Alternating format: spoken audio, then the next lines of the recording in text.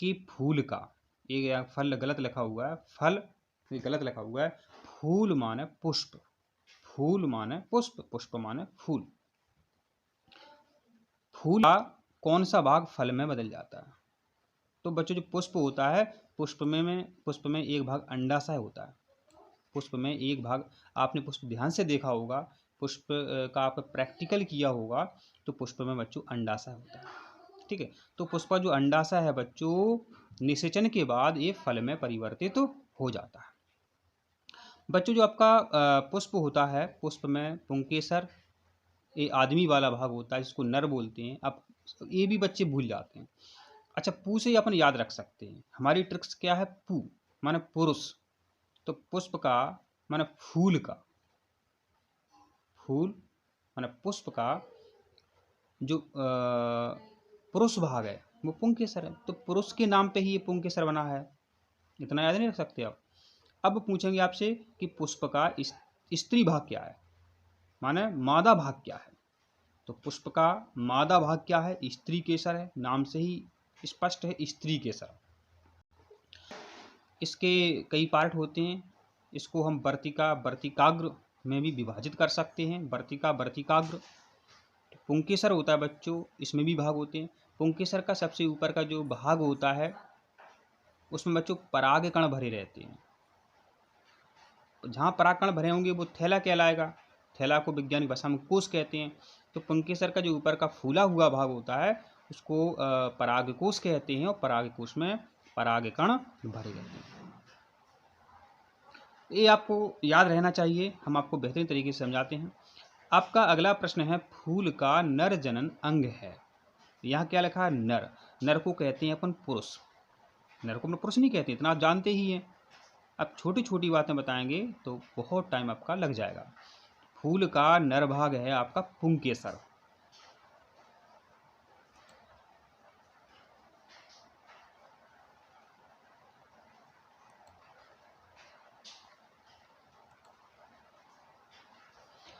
अब है फूल माने पुष्प, फूल पुष्प का मादा जनन भाग है। तो ये क्या है बच्चों आपका? ये है आपका स्त्री केसर।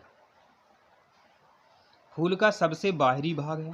तो आपको पता है, आपने कभी फूल का प्रैक्टिकल किया होगा, बाह्य दलपुंज, दलपुंज, फिर आपके पुंकेसर, फिर आपका स्त्री केसर, इस तरीके से क्रम रहता है। तो फूल जो है आपका, पुष्प जो है, इसका सबसे जो बाहरी भाग है बच्चों, ये पंखुड़ी आपको सबसे पहले दिखाई देती है। पंखुड़ी आपको सबसे पहले दिखाई देती हैं बच्चों।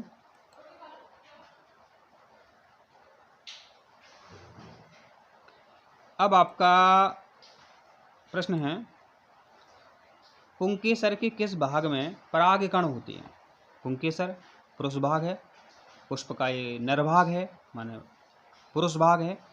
परागकण कहाँ होते हैं? तो हमने आपको बताया था कि पुंकेसर का ऊपर का फूला हुआ भाग होता है, उसमें परागकण भरे रहते हैं। कहाँ भरे होंगे? कोश में भरे होंगे। कोश माने बच्चों थैला होता है, तो पराग कोश में क्या भरे होंगे? नाम से स्पष्ट है, कोश माने थैला। ऐसा थैला जिसमें परागकण भरे हों उसको परागकोश कहते हैं। तो बच्चों उसी में देखो आपके आंसर रहते हैं, प्रश्न में ही आंसर रहते हैं, बस आपको अच्छा समझाने वाला और समझने वाला आपको होना चाहिए। स्त्री केसर का कौन सा भाग पुष्पासन पर अवस्थित होता है? तो बच्चों जो आपका स्त्री केसर होता है पुष्प में, ये बच्चों पुष्पासन पर बच्चों क्या रहता है? पुष्पासन पर अंडाशय अवस्थित रहता है। पुष्पासन पर क्या अवस्थित रहता है? अंडाशय अवस्थित रहता है। और बच्चों जी अंडाशय ही बाद में क्या है? फल में परिवर्तित हो जाता है। इसका प्रश्न आपने देखा है अभी। यहाँ बच्चों आपको दो बातें और ध्यान रखनी है। युग्मक, बीजांड भी युग्मक है और परागकण भी युग्मक होते हैं, और युग्मक से बाद में भ्रूण बनता है। ये जानकारी आपको शायद पहले से पता है। कौन एक लिंगी पुष्प है? तो बच्चों तरबूज जो है ये एक लिंगी पुष्प, तरबूज के जो पुष्प होते हैं एक लिंगी पुष्प होते हैं। आपको हम एक ट्रिक्स बता रहे हैं, एक पपीते में मक्खी, एक पपीता है उसमें मक्खी है, तो पा से पपीता याद रख लो, ता से तरबूज याद रख लो, और माँ से मक्खी याद रख लो। ये एक लिंगी होते हैं। एक पपीते में मक्खी, एक पपीते में मक्खी।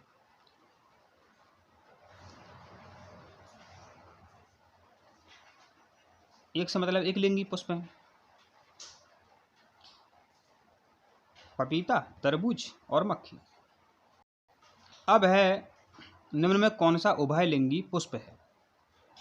तो यहाँ पर देखिए सरसों है, ये आपका उभयलिंगी पुष्प है। अब यहाँ पर देखिए, देखो ये लिखा है यहाँ पर तरबूज है, पपीता, तो यहाँ पर ये आ गया है। तो आपको ये याद रखना है, परीक्षा में ये कई बार आपसे पूछे गए।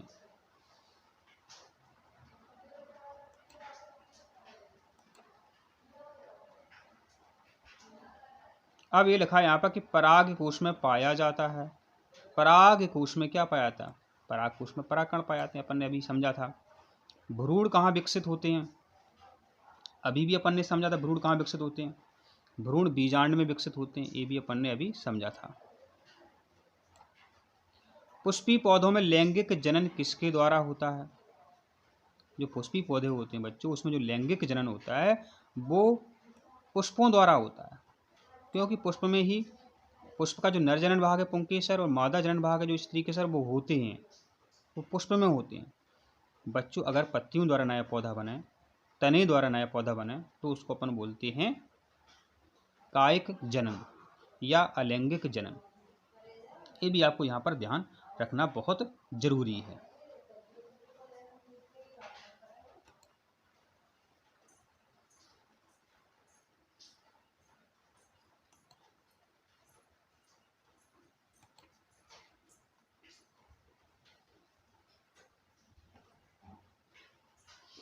अब आपका कौन एक फूल से प्राप्त होता है? फूल से, यहाँ ध्यान देना, कौन एक फूल से प्राप्त होता है? तो बच्चों जो केसर है बच्चों, ये फूल से प्राप्त होती है। केसर बच्चों फूल से प्राप्त होती है। काफी किससे प्राप्त होती है? काफी बीजों से प्राप्त होती है। और कभी पूछे लौंग किससे प्राप्त होती है? लौंग कलिका से प्राप्त होती है। यहाँ पर जो प्रश्न था आपका कि फूल वाला, तो फूल से केसर प्राप्त होती है। अब ईस्ट में अलैंगिक जनन की विधि क्या कहलाती है? अब बच्चों ये बहुत इंपॉर्टेंट प्रश्न है। जो ईस्ट होते हैं बच्चों, इसमें जो अलैंगिक जनन होता है वो मुकुलन के द्वारा होता है।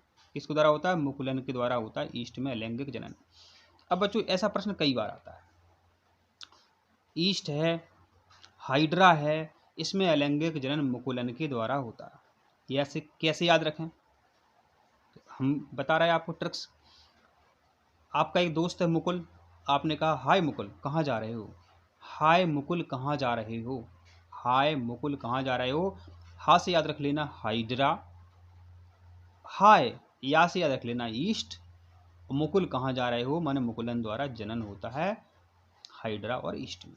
अब बताओ, इतनी बेहतरीन ट्रिक्स हम आपको बताते हैं, तो आप चैनल सब्सक्राइब जरूर करें। अब परीक्षा में खंडन और विखंडन पर भी प्रश्न आता है, तो ये ध्यान रखें, इसका प्रश्न अभी आने वाला है आपका। अब अमीबा किस प्रकार की प्रजनन विधि को अपनाता है? जो अमीबा है बच्चों, ये विखंडन अपनाता है। अमीबा में जो प्रजनन होता है वो विखंडन विधि के द्वारा होता है। याद कैसे रखें? अच्छा, नाम क्या क्या है इसका?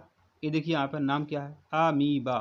बा से विखंडन याद कर लो, अमीबा। अमीबा में विखंडन से प्रजनन होता है, अमीबा में विखंडन से प्रजनन होता है। तो देखिए हम आपको कितनी बेहतरीन ट्रिक्स से बताते हैं।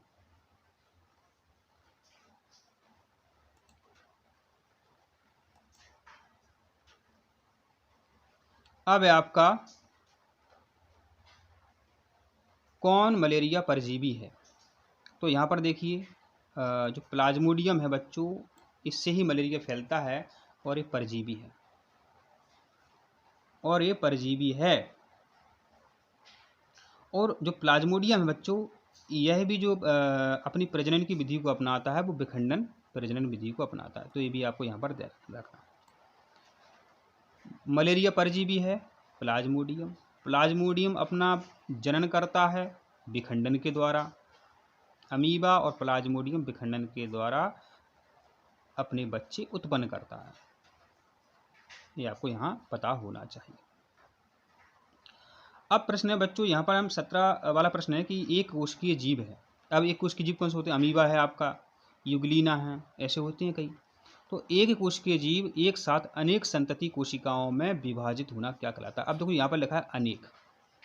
अनेक को अपन बहुत भी कहते हैं, अनेक को अपन बहुत भी कहते हैं। तो एक कोशिकीय जीव जो है एक साथ अनेक संततियों को उत्पन्न करता है तो उसको बहुखंडन भी कहते हैं। देखो अनेक में उत्तर छपा हुआ इसका।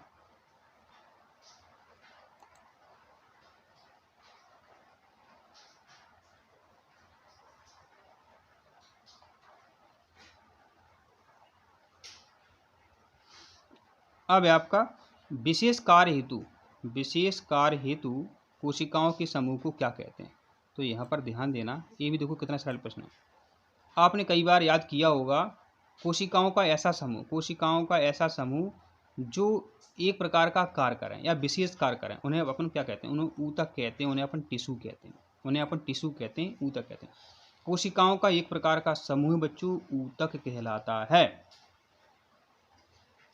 अब है स्पाइरोगायरा किस प्रकार की प्रजनन विधि को अपनाता है? स्पाइरोगायरा, तो स्पाइरोगायरा जो है बच्चों खंडन प्रजनन विधि को अपनाता है। स्पाइरोगायरा किस प्रकार की प्रजनन विधि को अपनाता है? स्पाइरोगायरा खंडन प्रजनन विधि को अपनाता है।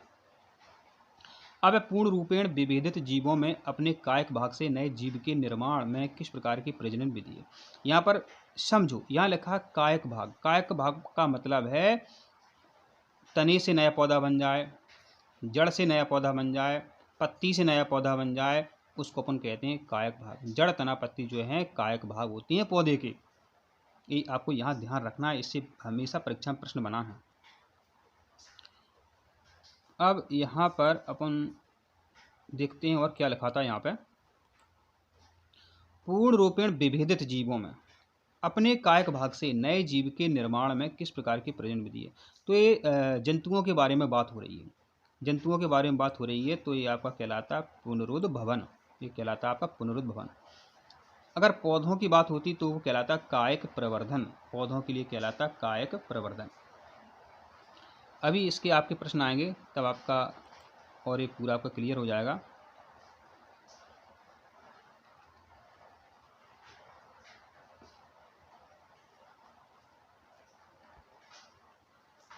निम्न में कौन सा पौधा बीज उत्पादन करने की क्षमता खो चुका है? तो आप सभी को पता है, केला में बीज नहीं होते हैं, गन्ना में नहीं होते हैं, गुलाब में नहीं होते हैं, तो ये सभी तने से उत्पन्न होते हैं। तो इनमें से सभी। अब लिखा है यहाँ पे कि बीज नहीं उत्पन्न करने वाले पौधे से नए पौधे तैयार करने के लिए किस तकनीक का उपयोग किया जाता है? अब करेंगे क्या? नया पौधा तो प्राप्त करना है, तो नया पौधा कैसे प्राप्त करेंगे? तो हमने क्या बोला था आपको कि पत्ती से नया पौधा बन जाए, तने से बन जाए, तो उन्हें अपन बोलते हैं कायक प्रवर्धन। कक्षा 10 में पूरा प्रश्न है आपका कि कायक प्रवर्धन क्या है।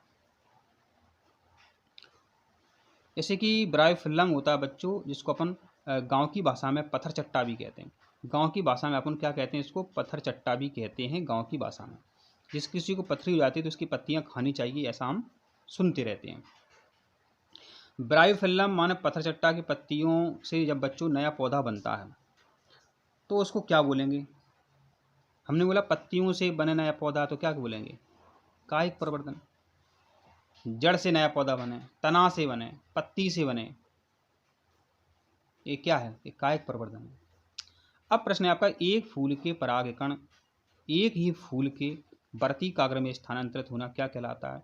तो बच्चों ये आपका कहलाता है स्वपरागण।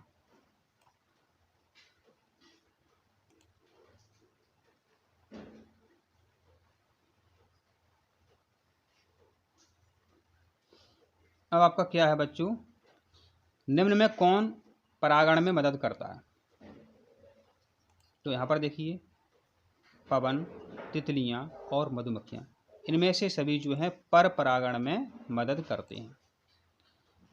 हवा द्वारा परागण किन पौधों में होता है? तो मक्का में, धान में, गेहूं, इन सभी में पर परागण द्वारा जो है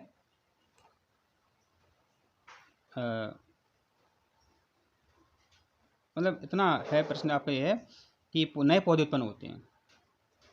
तो किन में? जो मक्का है, धान है, गेहूं है, इनमें हवा द्वारा पर परागण होता है। ये आपको यहाँ पर समझना है। अब देखिए यहाँ पे क्या लिखा है, किस तकनीक में पौधे की ऊतक अथवा उनकी कोशिकाओं को पौधे शीर्ष के वर्धमान भाग से पृथक कर नए पौधे बनाए जाते हैं। अब देखो एक नई तकनीक और आ गई, ना तो पौधा बीजों से बन रहा है, ना पौधे के कायिक भागों से बन रहा है, पौधों के ऊतकों से ही नया पौधा बनाया जा रहा है। लिखा है ऊतक। तो अब ऊतक से नया पौधा बनता है तो उसको ऊतक प्रवर्धन कहते हैं। इस तकनीक की खासियत यह है बच्चों, एक समय में हजारों लाखों पौधे जो हैं बनाए जा सकते हैं। इस तकनीक से हजारों लाखों पौधे बनाए जा सकते हैं। ये बहुत अच्छी तकनीक है। इसको टिश्यू कल्चर भी कहते हैं। अब टिश्यू माने ऊतक होता है, ये आप सभी जानते ही हैं। तो आपका आंसर क्या है, ऊतक प्रवर्धन।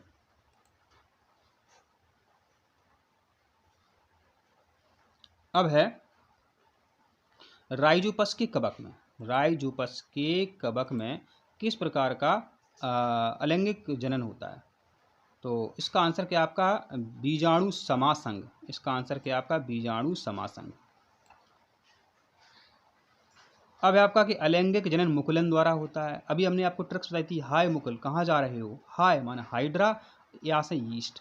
तो देखो ये आपका याद आ गया, हाय मुकुल माने हाइड्रा में और ईस्ट में मुकुलन के द्वारा ये जनन होता है। कौन मानव में मादा जनन तंत्र का भाग नहीं है? अब अपनी बात हो रही है मानवों की। अब मानव में बच्चों क्या होते हैं, देखो जो मादा की बात हो रही है माने महिला की बात हो रही है, गर्भाशय महिलाओं में होता है। डिंबवाहिका माने फैलोपियन ट्यूब भी महिलाओं में होती है। अंडाशय भी महिलाओं में होता है, अंडाशय, ठीक है, 2 अंडाशय होते हैं महिलाओं में। लेकिन जो शुक्रवाहिका है बच्चों, ये पुरुष जनन तंत्र का भाग है।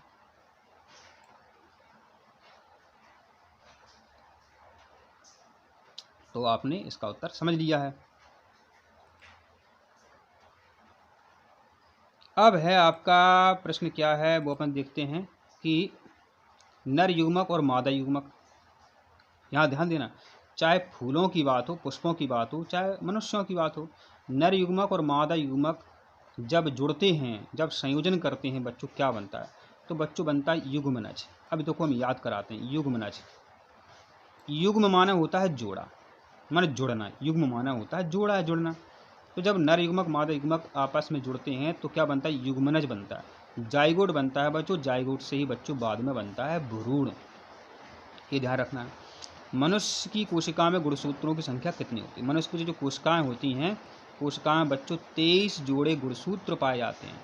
23 जोड़े माने एक जोड़े में 2 होते हैं। कभी ऐसा भी लिखा रहता है 46 गुणसूत्र। जोड़े की बात करें तो 23 जोड़े हो जाते हैं आपके।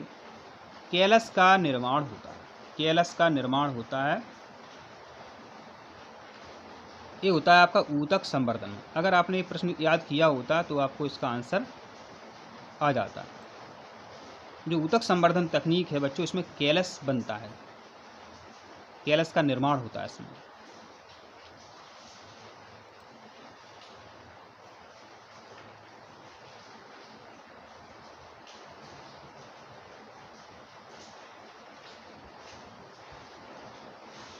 अब है कि अंडाणु कहाँ निषेचित होता है? माने अंडाशय से बच्चों अंडाणु निकल गया, अंडाणु जो है बच्चों अंडवाहिका में जाएगा, अंडवाहिका में जाएगा माने फैलोपियन ट्यूब में जाएगा और वहाँ इसका निषेचन हो जाता है। अब है हाइड्रा में प्रजनन विधि है। तो आपको पहले से ही पता है कि हाइड्रा में प्रजनन विधि है, हाइड्रा में प्रजनन विधि है हाय मुकुल, मुकुलन, मुकुलन, ये क्या है, मुकुलन। हाइड्रा में प्रजनन विधि है मुकुलन। हाइड्रा है आपका ईस्ट है, इसमें मुकुलन के द्वारा प्रजनन होता है।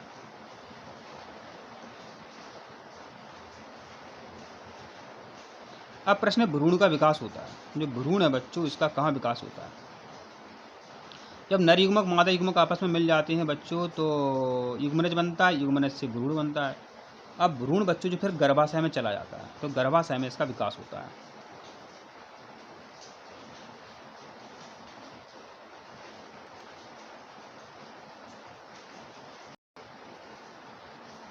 अब है आपका उभयलिंगी जीव है।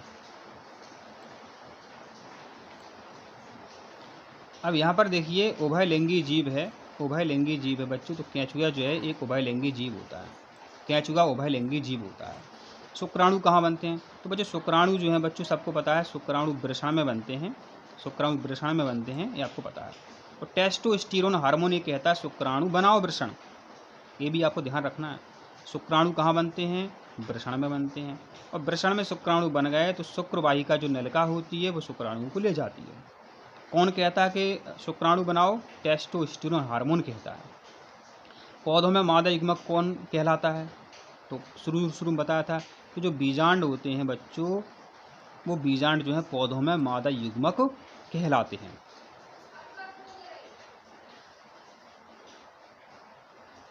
अब बात कर लेते हैं यहाँ पर, आप कहोगे सर चलो ये पौधों की बात हो गई, अगर ये महिलाओं की बात होती, महिलाओं में मादा युग्मक कौन कहलाता है? तो महिलाओं में मादा युग्मक कहलाता अंड, अंडा बोल सकते हैं अपन।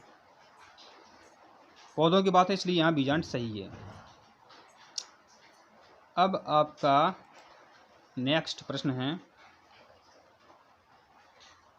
वृषण अवस्थित होते हैं, तो कोई चीज़ कहीं होती है तो कहाँ होती है? थैले में होती है, तो कोश को थैला बोलते हैं। तो वृषण कोश में अवस्थित होते हैं। तो सिंपल सा प्रश्न था। तो आपको सिर्फ मीनिंग्स ही याद रखनी है, बस उत्तर आपके सामने आ जाता है।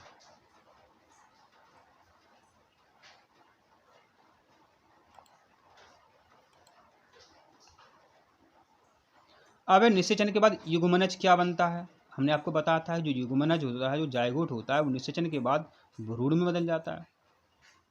अच्छा, युग्मनज बनता कैसे है? तो आप सभी को पता है, नर युग्मक मादा युग्मक युग्म करते हैं, माने मिलते हैं, तो जायगोट बनता है। किस जनन कोशिका में भोजन का भंडार संचित होता है? किस जनन कोशिका में भोजन का भंडार संचित होता है? तो इसका आंसर शायद आपको पता होगा कि मादा जनन कोशिका इसका आपका करेक्ट आंसर है। कौन जनन कोशिका अत्यधिक गतिशील होती है? जब गतिशील शब्द आ गया तो आपका आंसर एकदम करेक्ट क्या है? नर जनन कोशिका गतिशील होती है।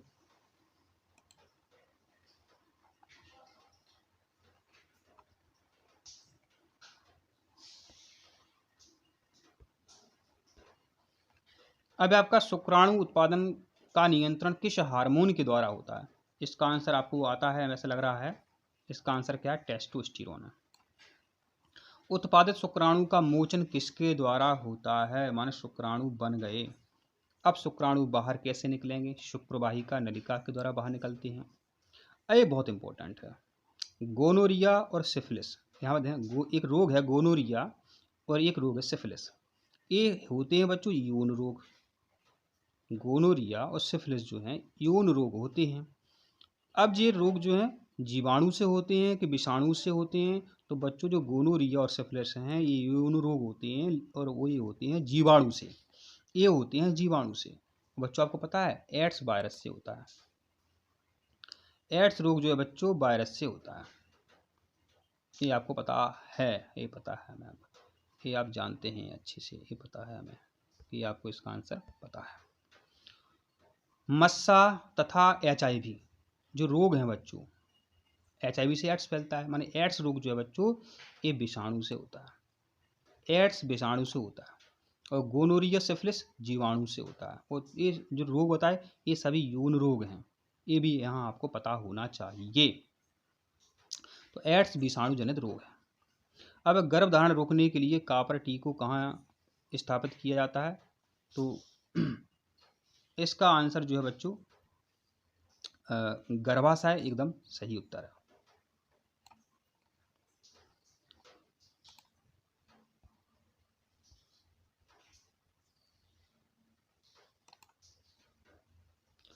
अब है गर्भाशय में विकसित हो रहे भ्रूण को, गर्भाशय में विकसित हो रहे भ्रूण को पोषण की आपूर्ति मादा जनन तंत्र के किस भाग से होती है? माने गर्भाशय में बच्चों भ्रूण आ गया है, गर्भाशय में बच्चों भ्रूण आ गया है तो उसको जो पोषण मिलता है बच्चों वो प्लासेंटा से मिलता है, जिसको अपन अपराभी बोलते हैं, जिसको अपन अपराभी बोलते हैं, प्लासेंटा भी बोलते हैं। प्लासेंटा अंग्रेजी में बोलते हैं, अपरा हिंदी में बोलते हैं। तो गर्भाशय में जो बच्चा पल रहा होता है उसको जो पोषण मिलता है, पोषण प्लासेंटा से मिलता है। देखो यही ट्रिक है, पोषण किससे मिलता है? प्लासेंटा से मिलता है। अब परागकोश से परागकण निकलकर पुष्प के वर्तिकाग्र तक पहुंचने की क्रिया को परागण कहते हैं। आपने अच्छे से इसको याद किया होगा, 2 नंबर में आता है। परागकोश से परागकणों का वर्तिकाग्र तक पहुंचना परागण कहलाता है।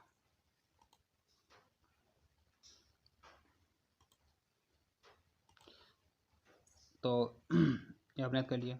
अब है स्त्रियों में अंडाशय की संख्या कितनी होती है? तो अंडाशय की संख्या बच्चों 2 होती है, ये भी अपन ने अभी याद किया था। तो बच्चों आशा करते हैं आपको वीडियो समझ में आया है। हमने आपको कोशिश की है सभी इम्पोर्टेंट प्रश्न बताने की। वीडियो आपको अच्छा लगा है तो वीडियो को लाइक ज़रूर करें, चैनल को सब्सक्राइब करें। मिलते हैं अगली वीडियो में। आप सभी स्वस्थ रहो और खुश रहो।